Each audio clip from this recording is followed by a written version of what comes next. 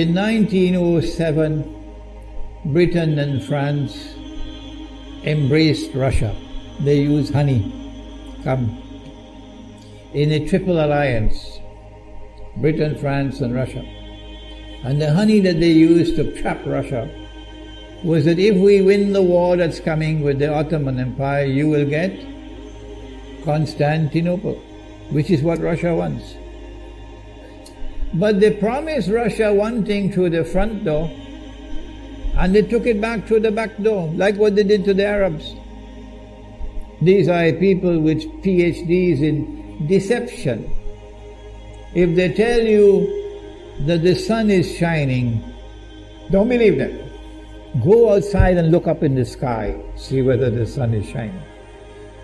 When the Russian army had fought in the First World War and had suffered the most losses, the brunt of the kill were Russians. And they were now winning the war. And the Ottoman Empire was collapsing. And the Russian army is only an arm's length away from Constantinople.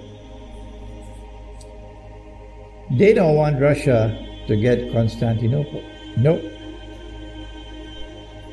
So what did they do? Russian Jews organized and executed the Bolshevik Revolution, which overthrew the Russian monarchy. They killed the Tsar and the whole family, overthrew the government, and took Russia out of the war. So the Russian army had to stop in its tracks and could not go to Constantinople. In other words, the Russian Jews stabbed Russia in the back. They did more than that. They brought communism. Communism is not Russian. These dum-dums don't understand. Communism was created to destroy Russia. Why don't these dum-dums understand it? Communism is not Russian.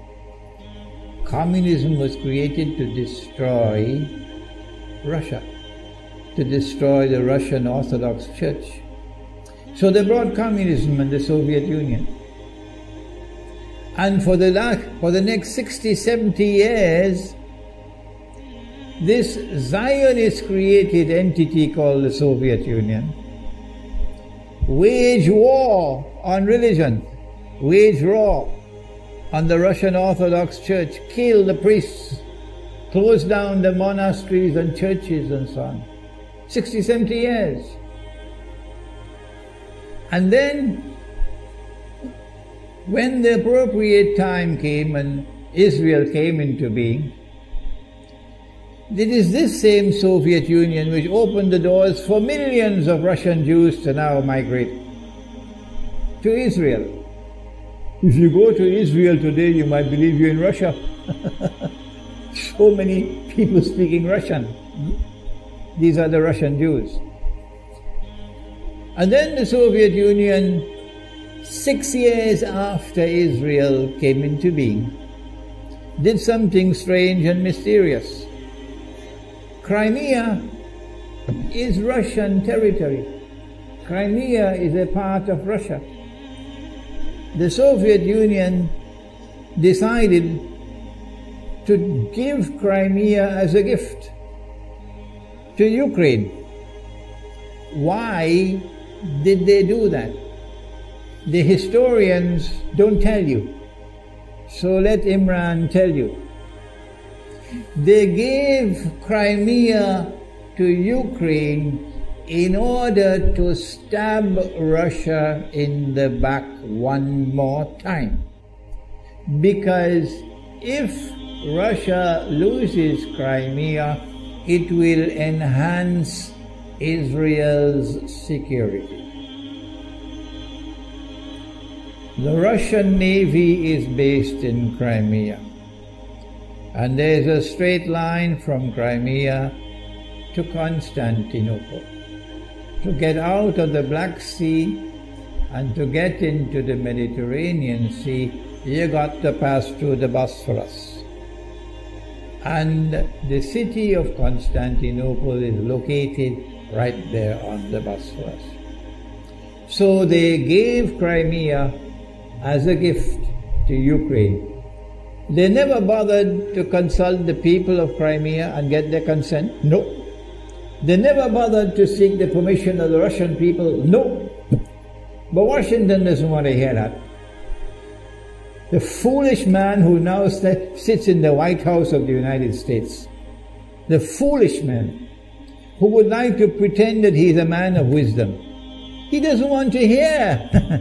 But what are the rights of the Russian people? Were they not violated? Do they not have the right to correct Iran and recover the territory which was unjustly taken away from them on Israel's behalf? Obama doesn't want to hear that. It's inconvenient for them. But in this masjid, we will expose whether it's convenient to you or not. They did more than that.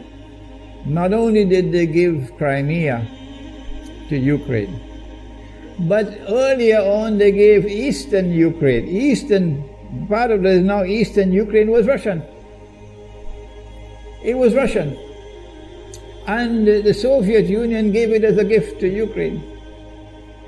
Why is it being given to Ukraine? Answer is that when the proper moment comes, the same people who brought the Soviet Union into being now have a method by which they can cause it to collapse. The method that they're using now in Venezuela, popular demonstrations, they did it in Egypt, they did it in Tunisia. They are masters of that. They did it with the Soviet Union. I used to think that the Soviet Union collapsed because of Allah's kindness. But I was wrong. No, it was the Zionists who brought down the Soviet Union because they didn't need it anymore. Like tomorrow they wouldn't need you anymore, Saudi Arabia. And they wouldn't need you anymore, Islamabad. When will you understand that? They'll just throw you to the dogs. You served them long enough. So they brought down the Soviet Union. Why? So that Ukraine might emerge as an independent state. That's danger for Russia. They prepared the way. And now Ukraine emerges as an independent state. So the rope is around Russia's neck now. And from that day, when the Soviet Union collapsed, until yesterday, the relationship between Russia and Ukraine was always problematic. But the people of Ukraine still had the good sense and wisdom to appoint a government that was pro-Russian. The Zionists decided it's time for us to use our, the street demonstrations. And last October, November, December, the world witnessed Caracas all over again. And eventually, the Zionists got what they wanted. You have the money, and you can send in your special people, snipers who will kill, and so on, throw petrol bombs and so on. And eventually they got what they wanted. They created enough havoc. And the president of Ukraine fled. He's a democratically elected according to your method, Mr. Obama, according to your system. He's a legally elected president of Ukraine. And he had to flee. And these hypocrites in Washington and London and Paris, who would like us to believe that they are honorable men, they are not. Instead of standing on the side of the legally appointed president and demanding the rule of law they all showed their colors as hypocrites in immediately recognizing the new government in Ukraine. The new government in Ukraine is anti-Russian. That's what they wanted. That's why they brought down the Soviet Union, to bring in a Ukraine into being as independent state, and then to eventually get an anti-Russian government in Ukraine. If by Allah's kindness Putin had not intervened and been so spectacularly successful, this is what the plan would have been. The new government in Ukraine would have joined NATO, and Russia could not stop it. And when the new government in Ukraine joined NATO, NATO will then send its armed forces into Ukraine. It could include nuclear weapons. Then Ukraine will pick a fight with Russia and decide that Russia must now vacate Crimea. Shut down your naval base. The rope is now tightened around your neck. Russia has to put its tail between its legs and withdraw its fleet, Black Sea Fleet, from Crimea. Russia is no longer a naval power. Crick crack, you finish. And Israel will celebrate. That was the master plan. But Allah planned, and Allah's plan was successful. And it is time for the Muslim world to recognize and to see, I cannot influence governments, so what can I do? Don't bother, you waste your time with governments. But the people can understand that this was Allah's plan. They planned, the enemy planned for so long, and at the last moment Allah intervened. And Putin was able to get the people of Crimea to vote in a referendum. And they voted 90-something% in favor of returning to Russia. They were a part of Russia, and they want to return to Russia. So Putin was successful in delivering to the Zionist movement the first defeat it has ever suffered, significant defeat in the more than 100 years since the Zionist movement was established. If that is not a sign from Allah, it's time for you to wake up. Putin is now succeeding in eastern Ukraine as well, because they're barking like dogs in Washington and London and Paris. Barking. It is Russia which is doing it. It is Russia which is doing it in eastern Ukraine. Oh, but when the Ukrainian government send the Ukrainian armed forces into eastern Ukraine, they don't want to fight. They say, we will not fight our own people. They refuse to fight. So the only way that the government of Ukraine could now stamp down the insurrection, the popular resistance in eastern Ukraine, is by calling on Washington, come and send your Marines. And then what will Putin do? The Russian armed forces are amassed on the Ukrainian border.